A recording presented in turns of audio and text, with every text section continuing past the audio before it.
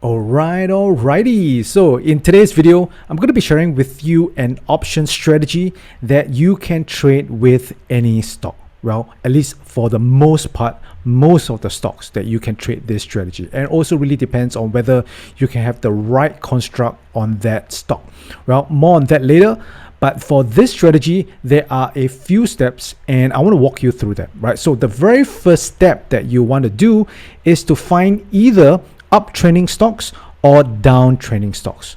So what do I mean by uptrending or downtrending? Well, basically what we're looking at is the wave pattern, right? So basically an uptrending stock will look something like this. So as you can see here, it forms this higher high and higher low pattern, right? So as you can see down here, every time it goes up and then comes down, this is where it forms a peak. So we call this a higher high. So you can see that each time it goes a little bit higher, it forms this higher high. At the same time, when it comes down, it forms what's called a higher low, right? So as you can see down here, all the lows are basically progressively higher and higher each time, same as the high. So when you see such kind of patterns, this is what you call an uptrending stock. And it's important to identify this kind of pattern if you want to trade bullish strategies.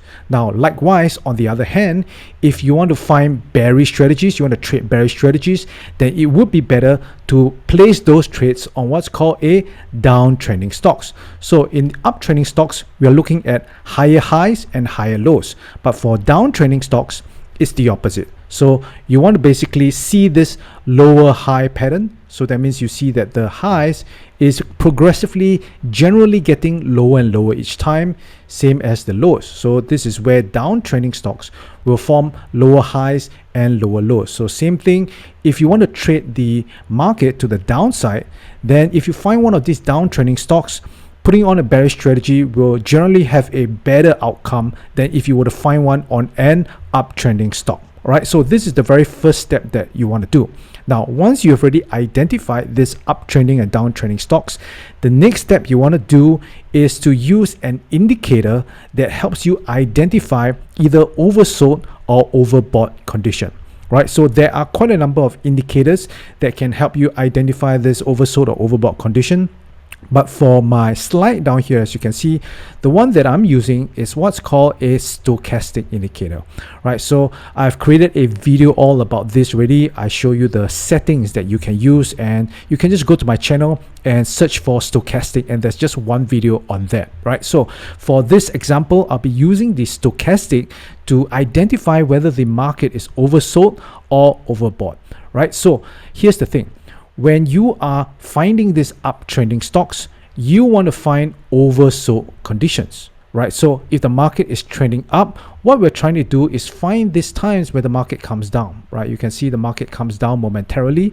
And this is where we want to also see the stochastic, whether it's oversold, right? So basically, if the line goes below this red line at the bottom, this is when it's considered oversold, which means to say that the market is kind of sold off quite a bit, and there's at least a higher probability of the market continuing to go back up in its uptrend fashion than it going down, right? So that is why if we want to trade to the upside, then it will be better to find an oversold condition on an uptrend compared to find an oversold condition on a downtrend. Because generally, if you find it on a downtrend, every time it's oversold, there's a good chance that it's going to continue to go down again after that, right? Because the trend is down. So we do not want to find oversold in a downtrending market or a downtrending stock, but rather oversold in an uptrending stock.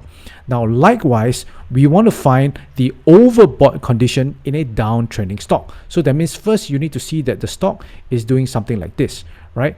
Then from there, you want to take a look at the stochastic to see that each time when it comes up a little bit, right, momentarily when it comes up, we want to identify this overbought reading, right? As you can see down here, overbought here, and then overbought here as well. So again, if you find this overbought in downtrending stocks, then if you trade it to the downside, then at least there is a better likelihood of it continuing to go down than it going up. So step number 3, we want further evidence to at least have a better chance that the market can resume its trend, right? So for example, in an uptrend, right? So in an uptrend, we know that the market general direction is going up.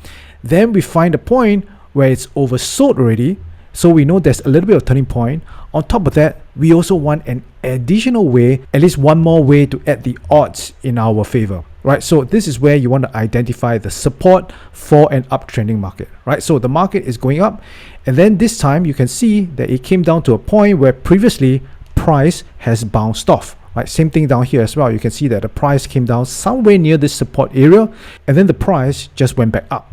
So same thing as well. Now that it has come to the support, and then now we see that it's oversold, and we know generally it's in an uptrend, then the chances of the market actually going up will at least be higher than it to continue to go down, right? Same thing for downtrending stocks. So downtrending stock, now we want to look for the resistance, because we're looking for a place whereby the price has some difficulty going up. So as you can see down here for this example that I showed, it's actually gone above the resistance, and then there is an overbought reading. So at this point of time, it's also one of the ways that, you know, we can probably get into a trade whereby we can kind of speculate to the downside, right? So remember, these are the pairings.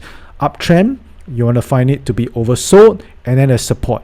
And for downtrend, you want to find the overbought condition and then the resistance.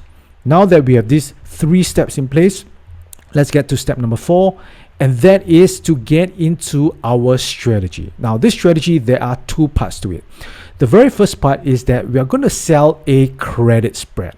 So a credit spread, if you're not familiar with it already, basically it's a very simple strategy whereby you receive credit for putting on the trade, right? So as you can see down here, what we are going to do, we are going to sell a put credit spread for an uptrending stock. That means the market we know is going to go up. So the put spread is a neutral to bullish strategy. That means we generally want it to go up as long as it's above the put spread. We're going to be profitable. And then we want to make sure it's oversold, right? So we found the oversold condition, and then we want to identify the support, which I've already identified it.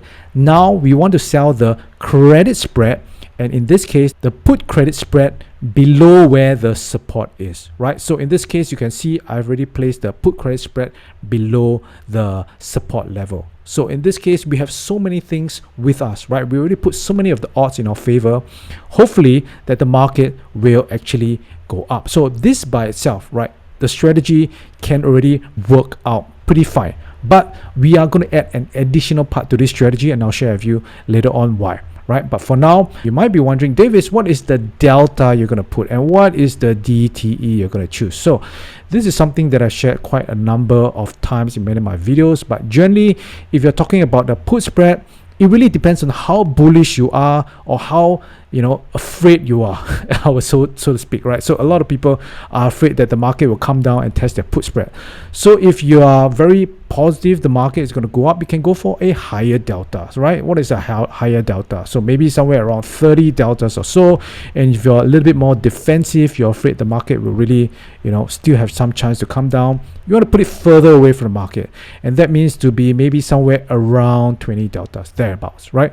So this is something you want to play with, and also depends on what kind of credit and risk to reward you're actually comfortable with. Now, what about for downtrending stocks? So for downtrending stocks, then definitely we do not want to put the put spread, right? Because it doesn't make sense that you're going to put a put spread down here where you want the market to go up, because it is right now a downtrending stock. Remember, this is a downtrending stock.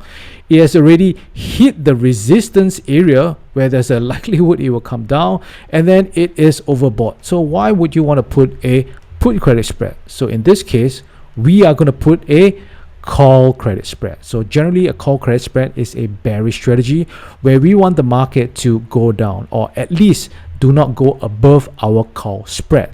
So same thing, we're going to sell the call credit spread for these conditions down here. So basically downtrend, overbought, and we have a resistance. So now that we have already sold the credit spread, this by itself is actually more than fine enough in many cases, right? You can trade it in this way just with a credit spread. However, if you want to play it a little bit more safe, right? Because there are times whereby we can sell the call spread and the market continues to go up, right? Or maybe in the other case, if we sell the put spread here, the market, despite all these things in our favor, can still keep going down. So we want a little bit incentive for us to still profit as well if the market just happens to go down, right? So what is this additional thing that we're going to add for this strategy? And that is to buy a debit spread, right? We're going to buy a debit spread by using part of the credit that we receive from the credit spread, right? So this credit spread is already going to give you some premium, right? So from this premium, you want to use a part of it to purchase this debit spread. So this is quite a good way for us to, buy a debit spread using the money that's already given to us from the premium received from the credit spread. So this way you don't really have to pay a debit outright, right? So when you construct this properly, this should be an overall credit strategy. So for example, if you were to sell the put spread down here, let's say you receive $2 for this, all right, ballpark $2. And then with this $2, you're going to use a part of it to finance the purchase of this put spread. So how much do you spend? So let's say maybe you spend $1, right? Let's just say $1. So at the end of this whole thing, when you tabulate them together, you're still going to get a positive $1 credit, right? So when you put this strategy in this way, you notice you have two different strategies going on. This is a bearish strategy, right? That means you want the market to come down, then you can make money. Whereas for this one, this is a bullish strategy, right? Generally, right? Because you want the market to at least be above the put spread for you to make money. So when you have these two combined together, you have this strategy whereby you actually don't mind if the market comes down, right? Because if the market comes down, hey, you're going to be in profit for this put spread down here, and I'm going to show you how you're going to manage this one, right? But if the market actually shoots back up, which is basically what we intend for it to do, then hey, you're still going to get this credit, so it's still going to be a profit. So what this does, when you put on this put debit spread down here, it actually helps your psychology a little bit more, right? Because let's say, for example, you do not have this put spread and you just have the credit spread. If at this point, if the market comes down, a lot of people is going to panic, right? Because they're going to go, oh no, the market is going down. I don't want it to go down. I'm going to lose money. And they start to panic and start to do all sorts of funny things which they shouldn't do, right? But if you have this put spread in place, the debit put spread, now if the market comes down, you're actually going, all right, I don't mind, right? Because as the market comes down, you have a chance to take a profit on this, correct? So same thing as with the downtrending stocks. So with the downtrending stocks, you are going to buy a call spread, right? So same thing, you're going to use the credit which you receive from selling this call credit spread down here, and then you're going to use a part of it to finance the purchase of this call spread. So one thing you will notice is that all the time, the call spread width down here will generally be much wider than the spread down here, which means to say it's not going to be an equal hedge. Of course, it won't be an equal hedge, right? Because if this is going to be an equal hedge, that means the cost of this is going to be pretty much more expensive than this call spread down here because it's at the money. At the money call spreads or put spreads are always more expensive than the out the money counterpart, right? So in order for us to finance this call spread down here, this debit spread, we got to purchase it with a smaller spread, right? So it's not going to be a full hedge, of course. It's going to be some hedge. At least it helps to reduce or cushion the loss to the upside in this case if it goes all the way up, right? Because we have this call debit spread that is going to help us make some profit. So definitely at least better than if you just have the call spread. Okay, so now I've gone through the 5 steps.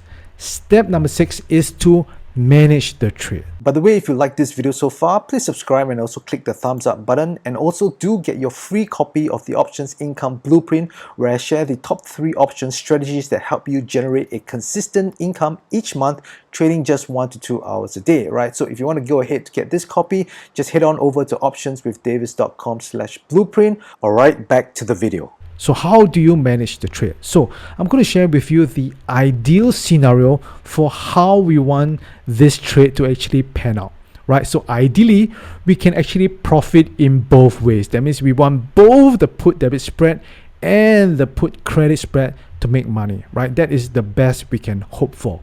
So in this case, how do we get the best scenario? The best scenario is number 1, the market comes down. right? So as you can see, once you put on this trade, the market comes down. So now when it comes down below this put spread, this is the put debit spread. This put debit spread will now be in a profit. So now that it's in a profit, you can sell it off. So we're going to sell it off. You're going to take the profit off the table. So all that's left is just the put credit spread. And in this way, you just trade it as a put credit spread.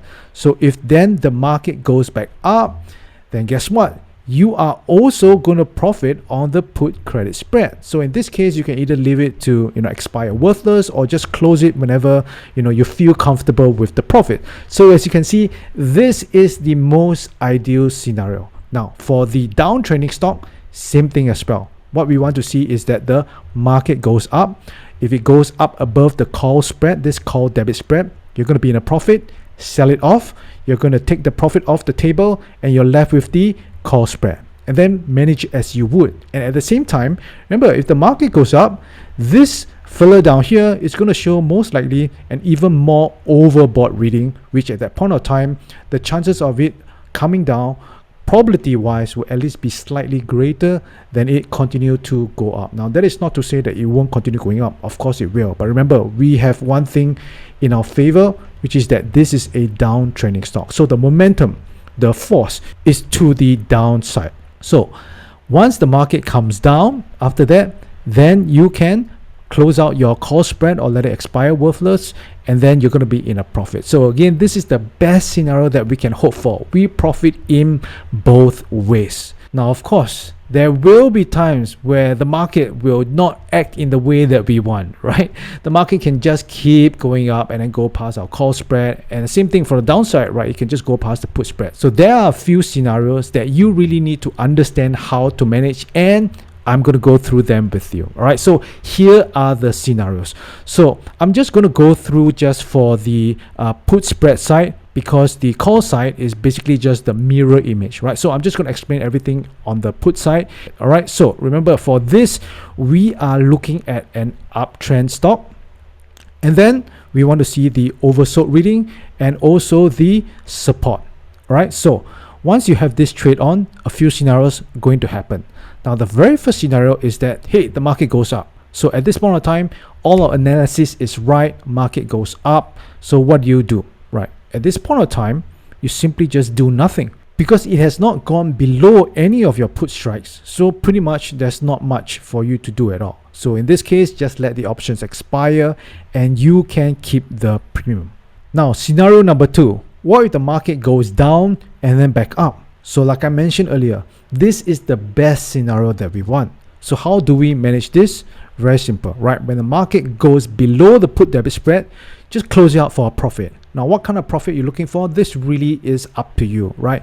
You can take at a percentage of the profit. So maybe, for example, you want 25% of profit, 50% or 75%, or you want to just close it if the market goes below this put debit spread, then you close out. That's fine as well, right? There's no one way to actually close this out. As long as you are in a profit, then this is where you can consider taking it off the table. Now, the next part is where you're left with the put credit spread. So at this point in time, you no longer have the put debit spread. So you just manage the put credit spread as it is. So there are a few ways that you can manage this. Number one, you can just let it expire worthless, and then you get the full credit on the put credit spread. Now, number two, you close out at a desired profit. So same thing, right? You can have a target of maybe a certain percentage of the credit you receive, right? So maybe 50%, 25%, 75%, up to you again. Or you could just go very mechanically. Basically, just get out at 21 DTE. So if you were to just isolate this as a put credit spread, you'll find that in quite a number of my videos already, especially when I talk about the credit spreads, the Tasty Trade team have already done quite a lot of research where I've shown the table that when you close out at 21 DT, the performance is actually pretty good, right? At least better than if you were to hold to expiration. But I understand that there are some people that want to squeeze out every single bit of profit from the put spread, right? So you can definitely leave it to expiration, leave it expire worthless if you want to as well, right? So this is for scenario 2, basically the best scenario that we can hope for. Now, scenario 3. Scenario 3 is where the market goes down and then goes sideways. So it's very similar to scenario number 2, it's just that it didn't go back up. Now in this case, it's actually very good for us as well because you're still going to be in a profit. So what you're going to do is this. When the market goes below the put debit spread, same thing, close out for a profit. Once you've already closed this out for a profit, you're left with the credit spread. So same thing as you would manage in scenario number 2, right? Either let it expire worthless because it can just bounce back and forth down here, and if it never goes below your put credit spread, at expiration, you're still going to earn the full credit for which you sold the put credit spread for, right? So let it expire worthless. Now the second one is to close out at a desired profit. So if the market goes sideways, remember you have theta decay will be working for you in this put spread as well. So over time, the put spread, as long as the market does not go past the put spread, it will start to gradually become in a profit. So that's when possibly you could get into a 50%, 75%, so on and so forth, take profit, right? And finally, you can just close out at 21 DTE, right? Because if you're worried that past 21 DTE, all of a sudden the market shoots down, when you could have been a profit, then you can just close out at 21 DTE. Again, nothing wrong. Now the last final scenario. So this scenario is the one that people tend to fear the most. What if the market just go all the way down, go past your put credit spread, right? So this is the main reason also why I wanted to have this put debit spread in place, right? Because if you didn't have this put debit spread and the market goes all the way down, then you're going to experience the full brunt of the movement down, right? You're going to experience the kind of losses that's going to be bigger than if you didn't have this put debit spread down here. So this put debit spread is going to soften the blow of the loss as the market goes down, because you're going to see the P&L of these two different spreads. As it goes down, your put debit spread, you will see that it's going to be more and more in a profit. But whereas the put credit spread is going to be more and more in a loss. So if you have these two together, at least this put debit spread profit will offset a little bit of the loss on the put credit spread side. Now, of course, it won't offset all of it, right? It would defeat the point if you offset all of it, because then there will be no credit to the upside and you'll probably be a loss if the market goes up, right? So in this case, at least with the put debit spread, you can still have a little bit of a hedge to the downside, and your loss is not going to be as big as if you just had the put credit spread. So how do you manage this? So when the market goes below the put debit spread, same thing, close it out for a profit first, right? Lock in that profit from the put debit spread. Now, as for the put credit spread, this is where we want to see if it's more than 21 DTE or less than 21 DTE, right? So if the market goes way below this put spread, but there's still more than 21 DTE, for now you can do nothing, right? Because there's always a chance for the market to come back up again. Remember, this has already been quite oversold. Market goes down, it's even more oversold. Also, we are on a uptrending stock. Remember, there's at least the momentum of it going back up. And then we also have the support level. Remember, below that, there'll be more support levels as well. So hopefully that it can bounce off one of this, and then it can reverse back up before 21 DTE. This way, we can also be in a profit in the put credit spread. So if it's more than 21 DTE, just do nothing. However, if it's less than 21 DTE, this is where I would suggest to just close out for a loss, and for two reasons. Now, the first reason is because we also want to limit our loss in a sense, right? Limit the loss. And again, based on Tasty Trade studies, if you were to close out your put credit spread at 21 DTE each time, at least over time, you're going to have a slightly better return or result compared to if you hold to expiration. And number two, this is the more important one, especially for beginners, because past 21 DTE, that means you have less than 21 days left to the expiration of this put spread, there is going to be a higher chance of an early assignment on this short put down here. So remember, this short put right now is in the money, right? It's in the money, which means to say the buyer of that put option can choose to exercise it. If they exercise it, then you're going to be assigned 100 shares. Now, even though if you assign 100 shares, it doesn't mean that you're going to lose even more than the original trade on. No, you're not going to lose more than that, because you already have this long put down here that actually is sort of limiting all your losses to the downside, right? So you can lose on this 100 shares as the market goes down, but you have the put option, this long put option, as it goes down, is going to make money as well, right? So you don't have to worry about the losses, but what you have to worry about is the margin call. Because once you're long this 100 shares, the broker is going to issue you a margin call if you don't have enough capital to actually fulfill the obligations of buying this 100 shares. And then from there on, what's going to happen is going to get very messy, right? If you don't know how to unwind this whole thing, or you get scared because of this, then it's best not to get into this whole problem in the first place. So that is why if there's less than 21 DTE, close out for a loss. Now, the most important thing right now I want to share with you is this. This strategy itself is not 100% win rate, right? I have some people that have reached out to me and say, Davis, I put one of your strategy on that you have shared with us on your YouTube channel, and I lost that trade. Can you explain to me why did I lose this trade? Guys, you need to understand, a strategy, whenever you put on, there's always risk, right? So even if this strategy, let's say, is an 80% win rate, what does it mean? It means that 20% of the time you are going to lose money, and you better expect that you're going to lose money in some of your trades. That's just how it is, right? You cannot expect that you're winning every single trade. If you expect to win every single trade, then you shouldn't be trading options or trading in the first place, right? Just put your money into T-bills or CDs, basically fixed income securities, then you won't have that problem. If you want to get into trading, especially options, then you better embrace the fact that you can lose money, right? Lose money per trade. But of course, overall, if you trade it properly, then you're going to be profitable over the long term. So remember, every time you put on any option trade, there's always a chance you're going to lose. Who knows, you're unlucky, the first few trades you put on is going to be a loss. Doesn't mean the strategy is not going to work, right? Look at the next 100 trades instead of the next 10 trades, right? The more trades you have, the more the probability and edge will work out in your favor.